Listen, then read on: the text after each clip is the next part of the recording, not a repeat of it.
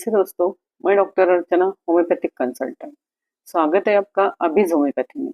आज हम बात करेंगे स्किन एलर्जी के बारे में। यह वीडियो थोड़ा लंबा होने वाला है, लेकिन मेरी आपसे रिक्वेस्ट है कि आप एंड तक ज़रूर देखें, क्योंकि ये बहुत ही इंटरेस्टिंग केस है और इसका रिजल्ट भी बहुत अच्छा मिला है। और दूसरी बात है कि पेशेंट का इमोशनल पेन जानना कितना ज़रूरी है, ये आपको इस बात से समझ में आ जाएगा। यह 55 इयर्स मेल पेशेंट का केस है। उनको skin eruption only face and neck पे ही पिछले 6-7 साल से उनको फेस और नेक पे इरप्शन आता था। उसमें बहुत इचिंग रहता था।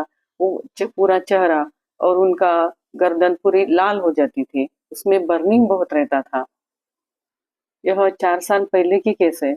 मेरे पास आने के पहले उन्होंने सब 3-4 डॉक्टर के पास ट्रीटमेंट करवा चुके थे। उन्होंने एलोपैथिक लिया था, आयुर्वेदिक लिया था और घरेलू भी जो भी कुछ इलाज करने लायक रहते हैं वो सब किए थे, पर उनको कहीं रिजल्ट नहीं मिल रहा था।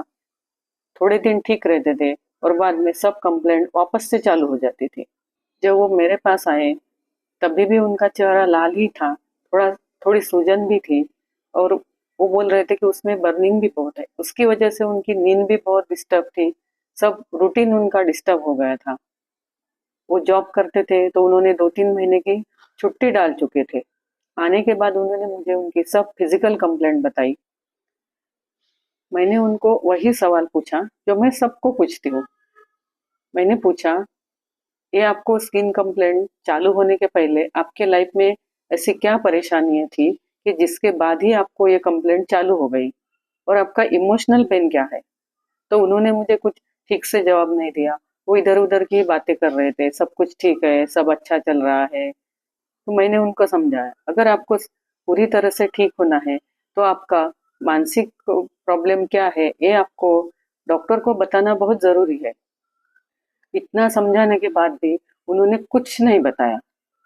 फिर मैंने ही उनको डायरेक्ट सवाल पूछा कि आपकी स्किन प्रॉब्लम चालू होने के पहले आपके लाइफ में ऐसी क्या प्रॉब्लम आई थी कि जिसकी वजह से आपको लगा कि आप किसी को मुंह दिखाने के लायक नहीं रहे। मेरा ये सवाल सुनने के बाद उन्होंने बहुत बड़ा लंबा पॉज लिया। बोले, मैडम, ऐसा सवाल मुझे किसी डॉक्टर ने आज तक नहीं पूछा। आपने मेरे इमोशन को सही समझा है। और आगे बोलने लगे, मैडम, मैं बहुत ही स्वाभिमानी आदमी हूँ। मैं किसी से कभी उधार नहीं लिया, सबको मदद करते रहता हूँ। हम पहले बहुत गरीब थे, बहुत मेहनत किया, सबको आगे लाया, समाज में नाम कमाया, फैमिली के लिए सब कुछ किया। लेकिन लेकिन में ही सही जवाब छुपा हुआ था।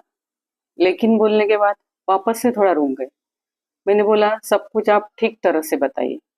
वो बोले, मैडम, 6-7 साल पहले मेरे छोटे भाई ने गांव में ऐसा कुछ बुरा काम कर दिया, उसकी वजह से मेरा सर शर्म से झुक गया, मेरी इज्जत मिट्टी में मिल गई और मुझे ऐसे फीलिंग आने लगा कि अब मैं किसी को मुंह दिखाने के लायक नहीं रहा। और इस इंसिडेंस के बाद ही थोड़ा थोड़ा ये मेरा स्किन कंप्लेंट चालू हो गया और कितना भी इलाज कर लो कंप्लेंट बढ़ते ही गया, बढ़ते ही गया।